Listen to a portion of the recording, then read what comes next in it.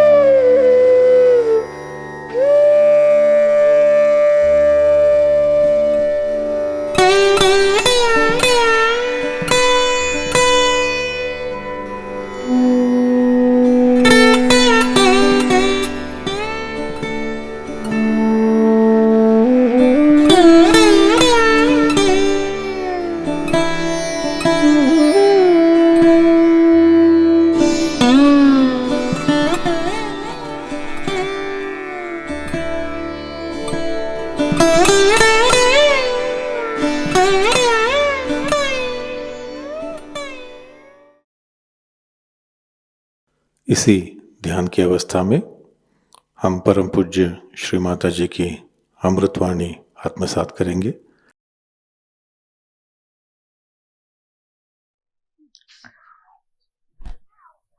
I hope you enjoyed yesterday's puja very much. Today I wanted to talk to you about certain matters where people get quite confused. There are certain things we must understand in Sahajayoga. First point, there is no fundamentalism in Sahajayoga. Nobody should use my words or say mother said so. Nobody should. That is how all these hierarchies have been built. In the churches, everybody can read, everybody can find out. There is no way of controlling people by saying mother said so. That shows that you are trying to use my words to tell people off. You are not in charge.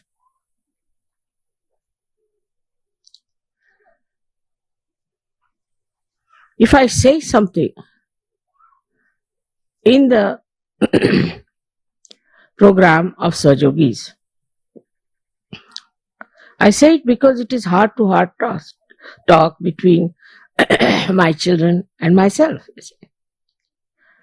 And it should not be just sent over through your computers all over the world without consulting, without censoring it by the leader. There's no haste in Sahajayoga. So that should not be done. Now, this I have said, definitely. Whatever I have said, nobody remembers, only they use my name. Mother said so in 1970. In 1970, I never spoke in English.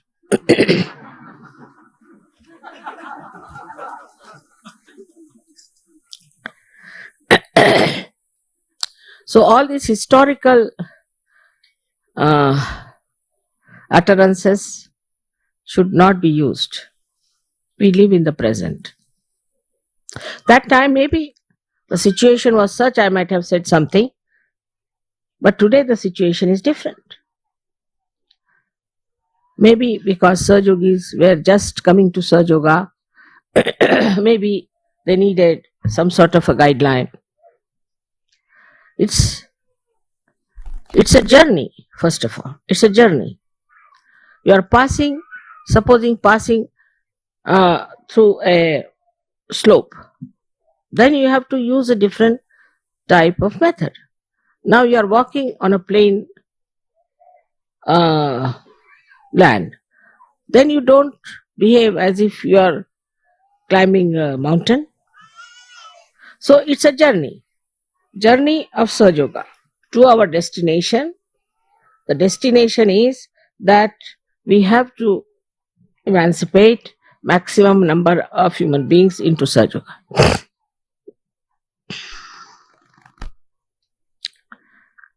But that should not be taken over. I again tell you, nobody should take over things from the leaders. I have appointed the leaders just to coordinate with you people, but you have always a direct relationship with me.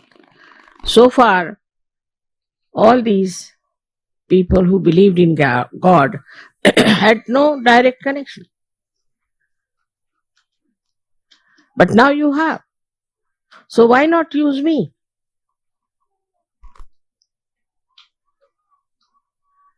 And if there are leaders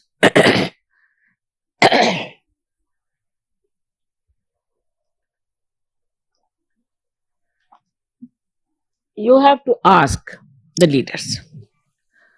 Nobody should take things upon themselves and start preaching people. We don't like preaching. We have had enough of it. There's no need to preach others. If you have to preach, preach yourself, but not to others. One has to understand that it's a living process. We can understand from a cell at the end of a root. It has intelligence. It is completely in control of itself, and it has a direct connection with the divine power. So it moves by itself, but the attention is on the collective. Collective is the tree. It moves in such a direction that there is no argument, there is no quarreling. In the sense, there is no obstacle. Moves. Now, supposing there is a big obstacle, like a stone, it goes round it, encircles many a times for the future tree that has to come.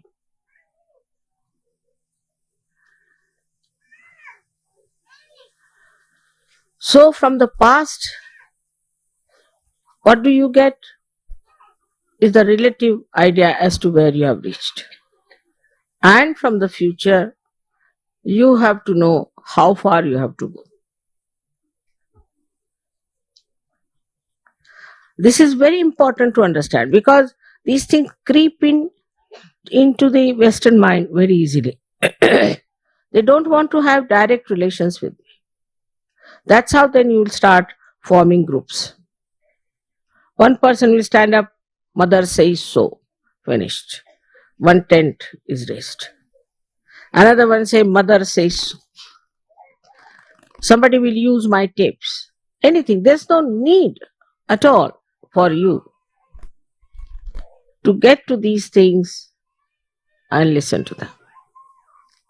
If they want to create something, they should talk to me directly and not to do it themselves on their own, which is a very wrong attitude towards Sahaja Yoga. So, first of all, we must know it's a living process. You cannot put on it artificial types of things which will curb the growth of Sahajayoga. It's very important to understand. There where I find that people don't understand Sahajayoga. You cannot mold into any pattern. It molds by itself, works by itself. So we cannot have any hierarchy. Never. These hierarchies ultimately become a barrier between you and me, which I don't like. All the leaders are told that whatever letters you get, whatever things you have, you should send it over to me. I would like to see them myself. But sometimes they do. Some of the leaders, especially in Australia, had a very bad experience. But now you have a very wise leader here and a very sensible person. I don't think there's anything wrong with him. Only thing I think is rather too mild sometimes with some people. He should have told, yesterday I had to suffer so much because of two ladies. Because he never told them how horrible they were. So I had to absorb all their nonsense, quite a lot. Because if a leader is not mild, he'll sit on his head. If he's little strict, we'll get after him. Only thing one has to realize that everything is a living process, and through some sort of a coordinator, Mother is trying to work out in a more simpler manner. For example, if everybody writes to me for a small little thing, I mean, they write for everything, I must tell you. Absolutely something so useless sometimes that I really laugh. There's no need to ask me, like, Mother, we cannot get Indian spices here.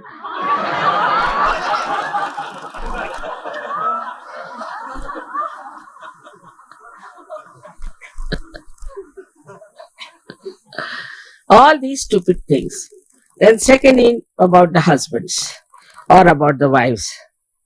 Because you should not see those films or those televisions which, if you say, invariably show the fight between husband and wife. So if you go on seeing that, you will learn, you'll pick it up. It's like a parrot, you know. You pick up all the words which are to be said to your husband, harsh words, or to your wife. And then you work it out that way.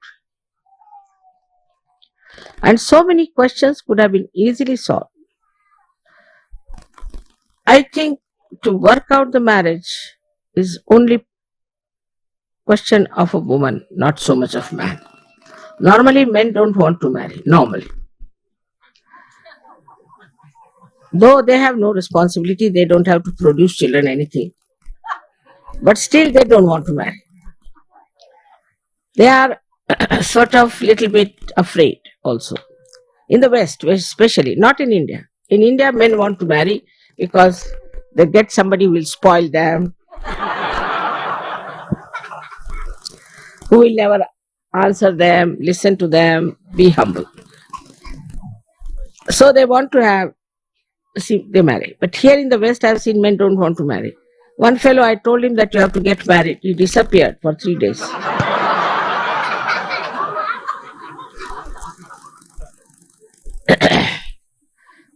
So this marriage problem, we have to have marriages.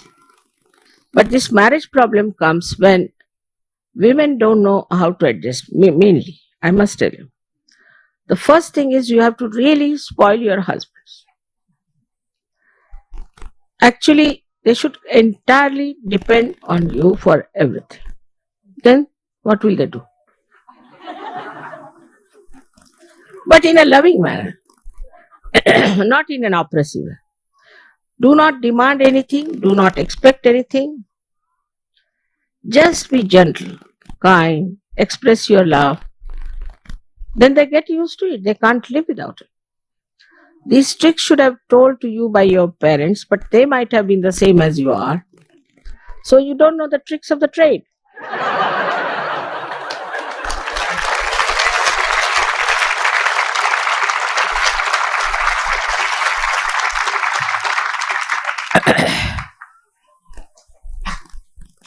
After marriage, we have to say we are.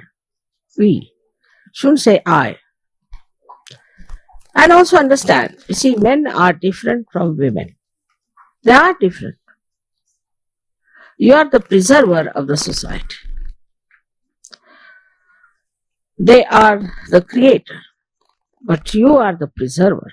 And you have to have much more patience and compassion, which you have, no doubt. You must take to your feminine qualities, and you'll be amazed that you are Shakti for men. You are the power for men. That's why men must respect women.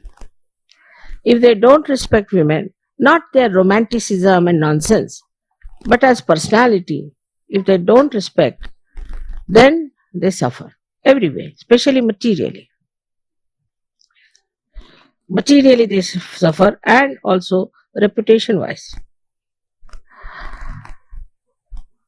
Some women are extremely demanding and expecting too much.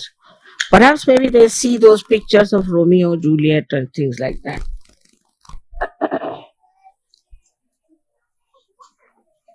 But if you see Romeo and Juliet, you will see what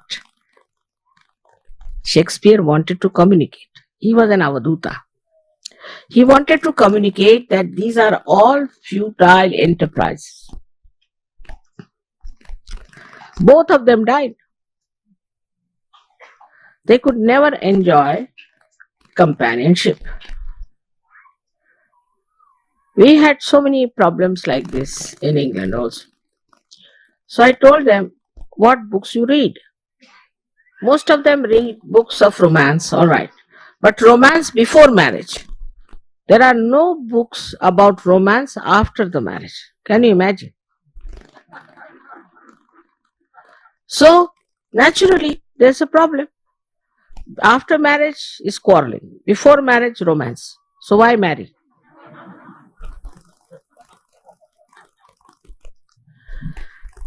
And when I said that man is the head of the family, it doesn't mean that man should dominate a woman. Never. You interpret also, sometimes I think some of the brains are other way down. What I was saying, that he is the head of the family. Supposing I say he is your leader, that doesn't mean that he should dominate you. If head of the family start dominating, if the brain of the body starts dominating, what will happen to this body? It's stupid to conclude like that. But you are the heart of the family. Brain can die, but heart dies the last. So try to understand, there should be a complete integration between heart and brain. And children are the attention in the society of Sahajayoga. So here, how can you have such an idea that if I say the head, then he dominates the heart? How can it? So they pick up few words from here and there and use it for justifying their own weaknesses in Sahajayoga. But this kind of escape is not going to help you to rise. You are going against yourself, it is not for your benevolence. What I am telling you is that if you try to accept all these outdated ideas in Sahajayoga, you will go down, you will rot. No use coming to Sahajayoga. We are fresh, we are new, and we are living. We don't accept these kind of ideas about men or women. But when I said that man is the head of the family, that doesn't mean that to dominate your wife and torture. Nor does it mean that the leader should dominate. Never. They should never dominate. They should use their wisdom. their love, compassion, and guide you in the proper way. I've received a letter which is very funny, that one leader's wife, not the leader, but wife, forbid one of the Sahajayoginis not to come to the house and to the program because I could not go to her house. Can you imagine? This is absurd. Now, if I tell her, she'll be more harsh on that person. But by doing that, she doesn't know how much she's missing points in Sahajayoga. I mean, I'm a whimsical person. I can go anywhere I feel like. But she should have taken the blame upon herself. If she thinks I did not go to her house instead of on the another person.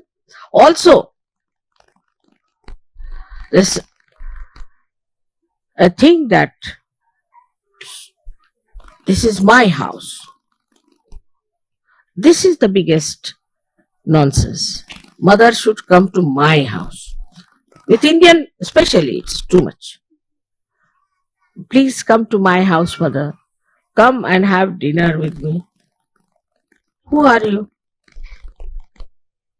You are a Sahajayogi. So your house is mine, you are mine, everything is mine. What is there to come to your house? Then you separate. This is also an Indian mind, I must confess. My house. This is nonsense. All your houses are mine. If I go there, it doesn't mean that I love you more than anybody else. It doesn't mean that. I have to go somewhere,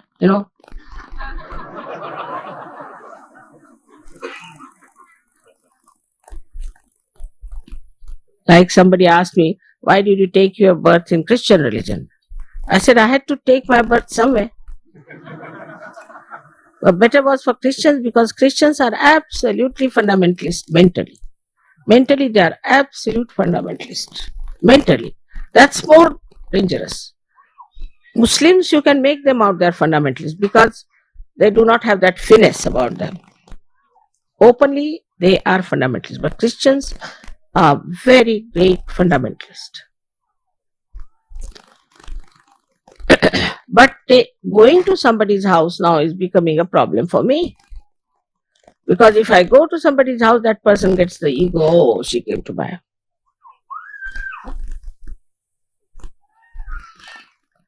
So again, you are not to say that, mother, this is my house.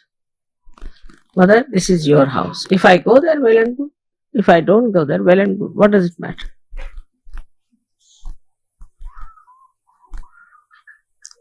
Now again I tell you, nothing has to be sent through your IBM or anything without the consultation and censoring by the leader. It can land me into great difficulties and tomorrow I could be in jail. Why don't you understand? And you write whatever you feel like. So this kind of irresponsible behavior is, I can't understand. And things I never said also can be said. This shows immaturity and haste. Such things should be consulted and use your discretion. Main thing is discretion. What you need to consult your leader, which are vitally important. Especially things which are written down and published. Things which circulate is extremely important to be seen by the leaders. There is no hurry about it. Any book written, any tapes to be released, anything should be done with the complete consent and understanding of the leader. I would say the leader must sign those papers. Then I can hold him responsible. But if you are arbitrary and start doing things, then it could be dangerous. Simple things, I'll tell you what. They asked me, mother, what do you think of starting a Vishwa Nirmala Dharma in Melbourne? I said, all right. I didn't know that it's going to be an association, there's going to be an election and all, nothing. Just I said, all right, just to start is all right. Vishwa Nirmala Dharma is everywhere, but they don't have any association, nothing. It's just a kind of a society which is just spreading Vishwa Nirmala Dharma. There is no sort of any organization about it. We only have trust. And we don't want to have any electioning on all that. Again, if some wrong type of people get in, then Sahajayoga will be ousted completely. So you can only have trust. And if you want to do something else, you can form it separately. But it should not be Vishwa Nirmala Dharma or Sahajayoga. Nothing. Because I said yes, that doesn't mean that you should go that far with forming this, that, association and all that. It's a news to me.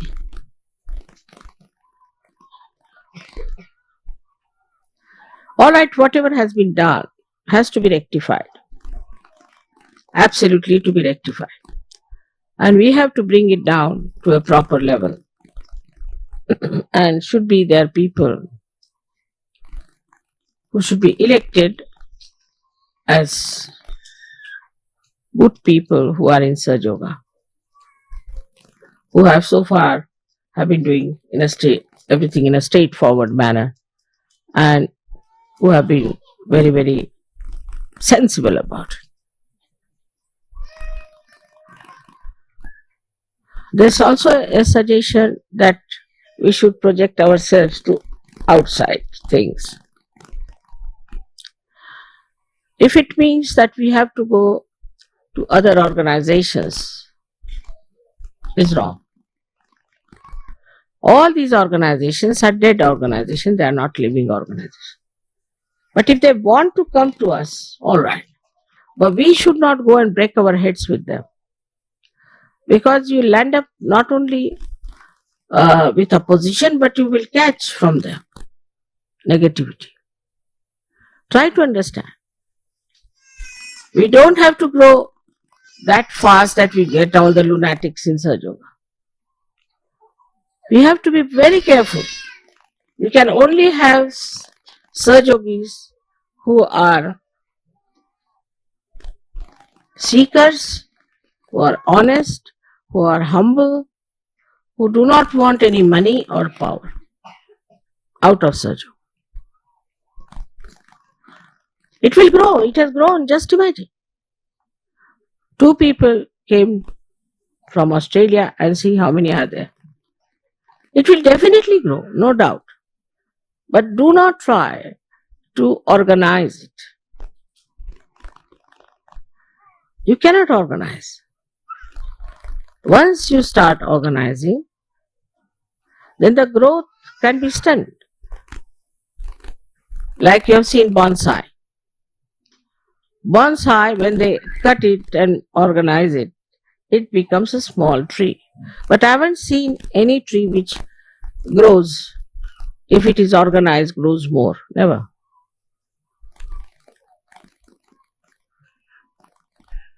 At the most you can nourish it, at the most you can water it, at the most you can see the needs of this. But you cannot just make it grow more. All organizations cut the growth.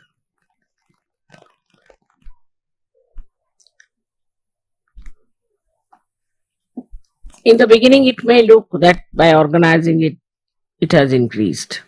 We can say Christianity. What is this? Like a pumpkin, has no meaning. Absolutely empty, hollow nonsense. Like Islam, another nonsense. I mean, they admit that Islam is different from Muslims. It is being admitted now. What is Buddhism? Another nonsense. So this kind of an artificial growth, if you want, you can take to artificial methods.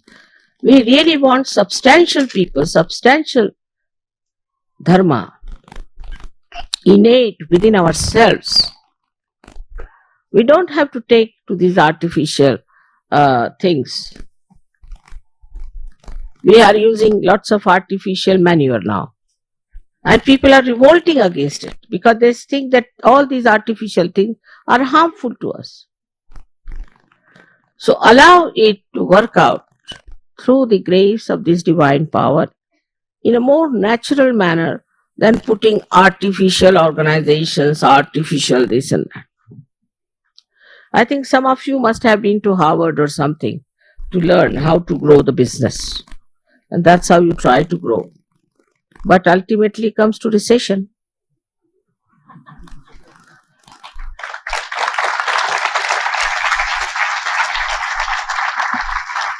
All those who had education in Harvard are responsible all over the world, and all over the world there is recession. I think this university should be closed now.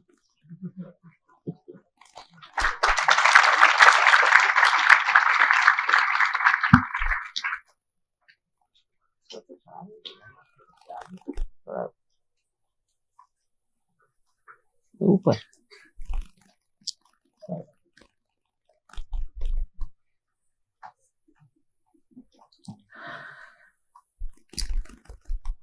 नहीं भी वो चल जाएगा, उसके इतनी नहीं है इसके बाद. So now, regarding your children, I have been really studying the nature of Western children. Now, the nature of Western children is that their attention is never on the right things.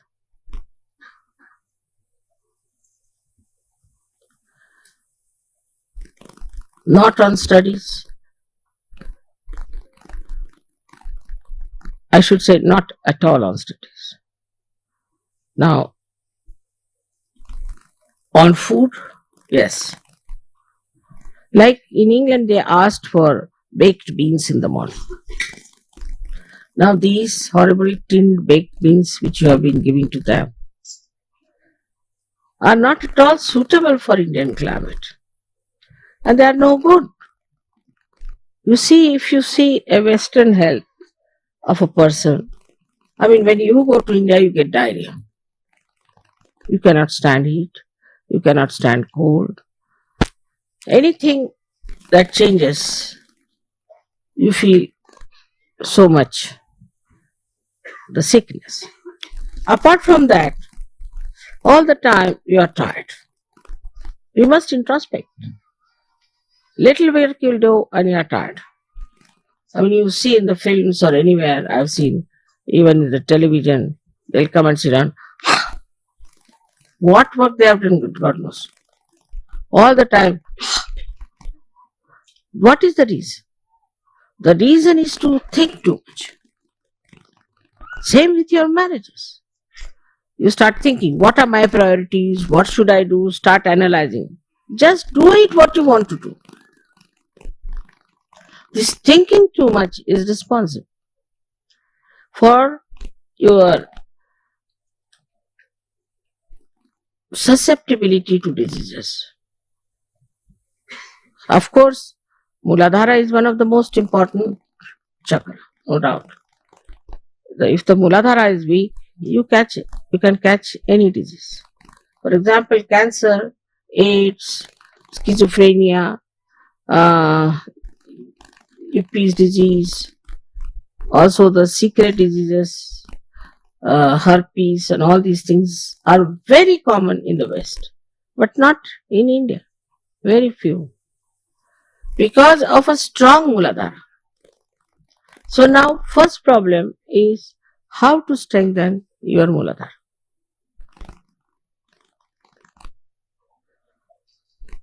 The second one is the kind of food you are eating here is not so fresh. Try to eat fresh food. At least in Australia you can get it. as far as possible. Take to more carbohydrates. If you are thinking too much, best is to take to carbohydrates. You are so much worried about putting on weight or this thing. I don't know why you want to be skinny. What is the need? On the contrary, a person who has little plumpness absorbs vibrations much better. But do you know that vibrations sit on the fat? They sit on the fat. And that's why they go on the nerves, because nerve is made of fat, your brain is also made of fat. So this new idea of having mosquitoes around, sometimes I get frightened.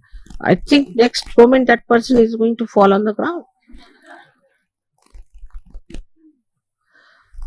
So whatever is pumped into your head, you accept. That's why the entrepreneurs are definitely controlling. You have no idea. Because we don't have that wisdom to see. Now they said, all right, you shouldn't put any oil in your head. All right? Never put any oil. So you become bald.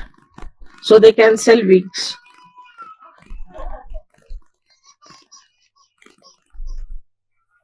All such things are there. You can put oil before previous night just to make your hair grow properly. You must give them nourishment. Why do you starve them? What's wrong with oil? I just don't understand. You must massage your body also with oil. It's very important. Sometimes Saturday, if you use oil to massage your body, it's a very good idea. Also massage your head. You must look after yourself. But just because there's a fashion not to put oil, so you just not have any oil anywhere near. They all used to put oil. If you see films about, say, 30 years back, they were all nicely. Nobody had dry hair, all shining, nice hair. They were supposed to be quite good looking. And this bhoothish type of hair, then when you have, all the bhoots will take over because they'll think this is the head for me.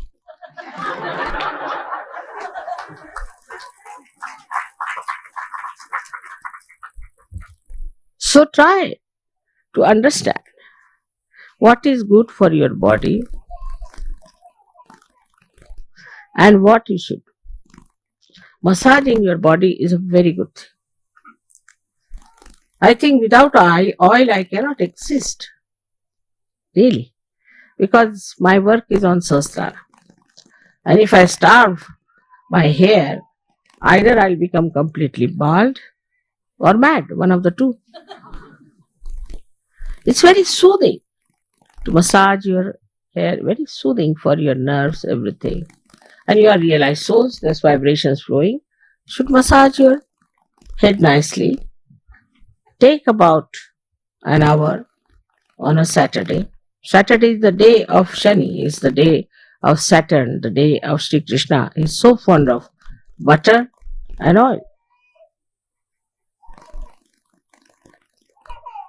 All these small things should be understood. Also, you people are very fond of sun, I can understand that. I don't know why in Australia you are so fond of sun when it is so much. But because it's a fashion in the West, you are all going to the sun, to the sea, and spoiling your skin. Your skin cannot have the glow. While, you see, if you do not use sunbathing as some sort of a treatment, it's all right, there's a lot of sun, you can move about. Indians used to wonder about the English. And there was a saying that an Englishman and a mad dog in the sun. Even a sane dog won't go.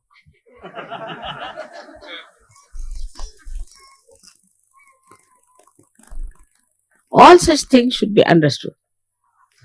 Personal hygiene also has to be seen. Use lot of water to wash your hands, and when you are using toilets, water should be used every time. Very important. Otherwise, your muladhara can never be alright. Your children, I'm surprised, they don't want to brush their teeth. And if you tell them you have to brush, they start crying.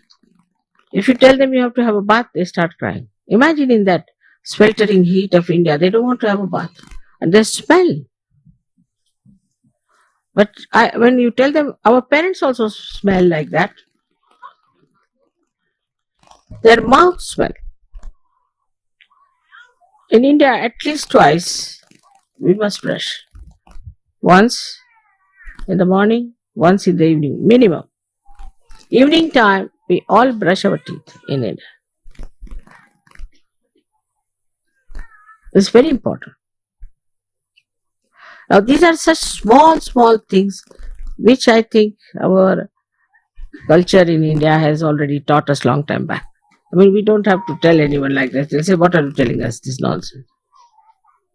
But they should be fond of doing this. So, the way is that when your children are growing, you take them in the bathroom, make a fun out of it.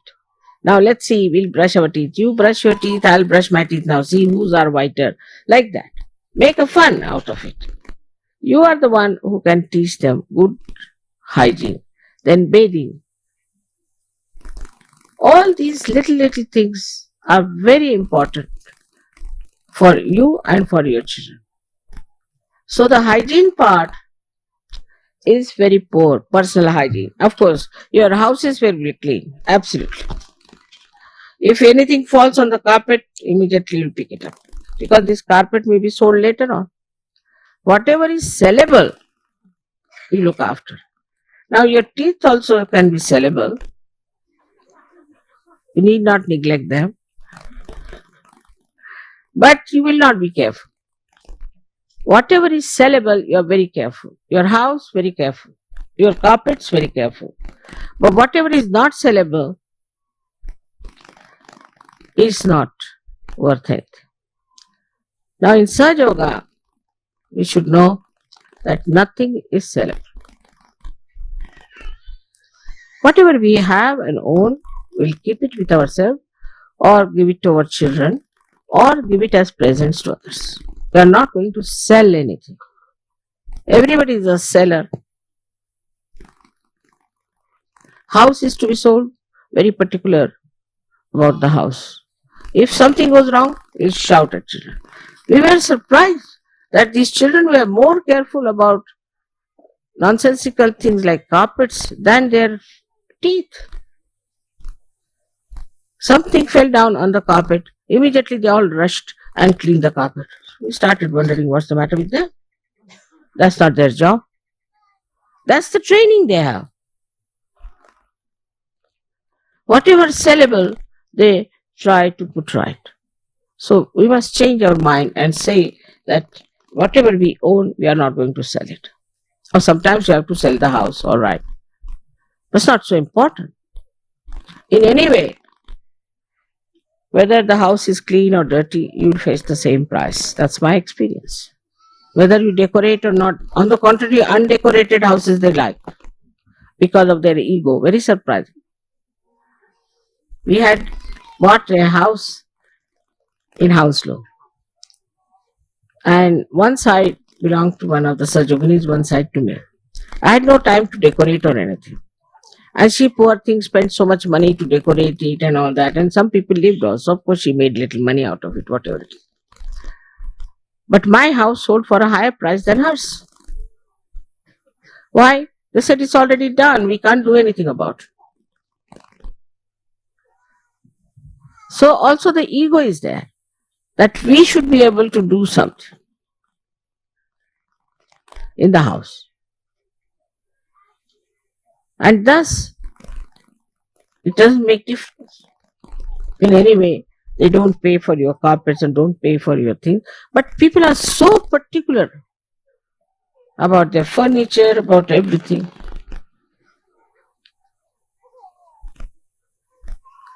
So now this is what is materialism.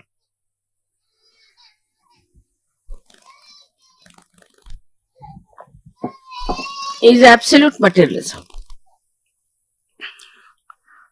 That we try to get things just for selling off.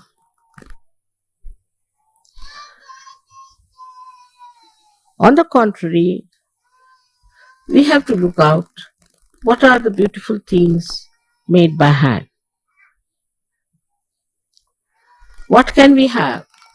Whatever is made by hand by people can have few, and that can be given to your children, to the progeny.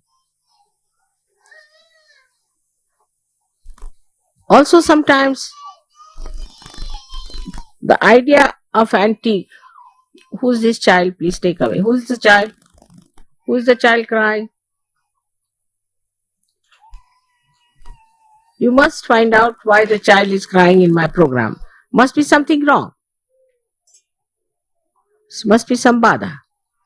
If a child cries in my presence or is afraid, that means there's some sort of a bada which you should try to remove. So now we have to change our attitude towards ourselves. We are specially blessed people. We have to look after our body, look after our children. We have to look after things which are of much greater importance than material things. That is the spirit. So ultimately we come to the point that the spirit which has given us all this beauty, which has given us such moonlight in our life, such sunshine in our work, which has made us so sweet. After all, what we have done for the spirit to satisfy it, to enjoy it. So the most important thing for us is our spirit. And we should seek the comfort of the spirit. The more you think about your spirit, the deeper you'll go. And the joy you'll get will be also very deep and will settle down very nicely embedded in spirituality. So you have to all the time think, am I doing this for my spiritual growth? I mean, in a place like England, people get up at 4 o'clock to meditate. Nothing doing. This time there was a big number. I told so many English that you have been coming every time to Ganpati Pune. Can you not reduce your number? They felt very sad. Mother, we need it. We have to. But I said, this time you can avoid. There are so many people coming if we have too many people, because about 150 people came from other countries, you see, who were not even paying and who were not such yogis. So I said, we have to work it out with them. They said, Mother, but we can't help it. We have to be there. We can't do without it. So this kind of understanding, I'm so happy that you all managed to come all this way here. You are settled so well. You're living in tents and enjoying this discomfort because you have got the comfort of your heart, comfort of your spirit.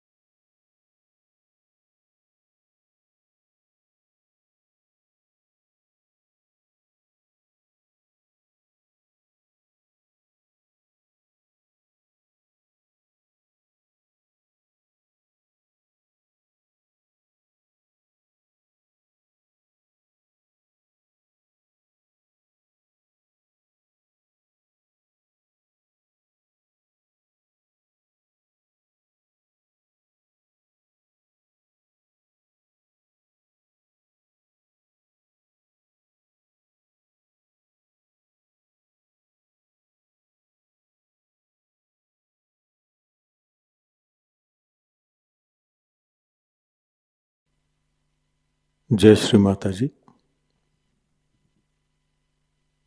परम पूज्य श्री माता जी, कृपावंत होकर आप हमें निर्लिप्त साक्षी बनाइए। परम पूज्य श्री माता जी, कृपावंत होकर आप हमें ऐसी स्थिति प्रदान करें जिससे हम आपकी लीला को देख सकें। जो भी घटित हो रहा है उसको साक्षी भाव, निर्लिप्त साक्षी भाव से देख सके।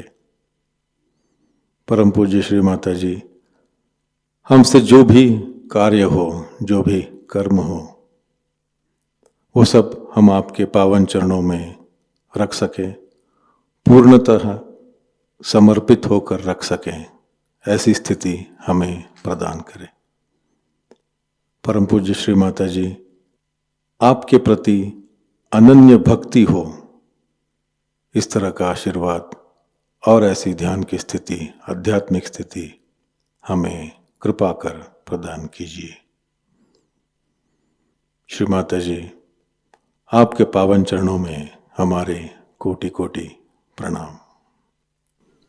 कलेक्टिव बंधन।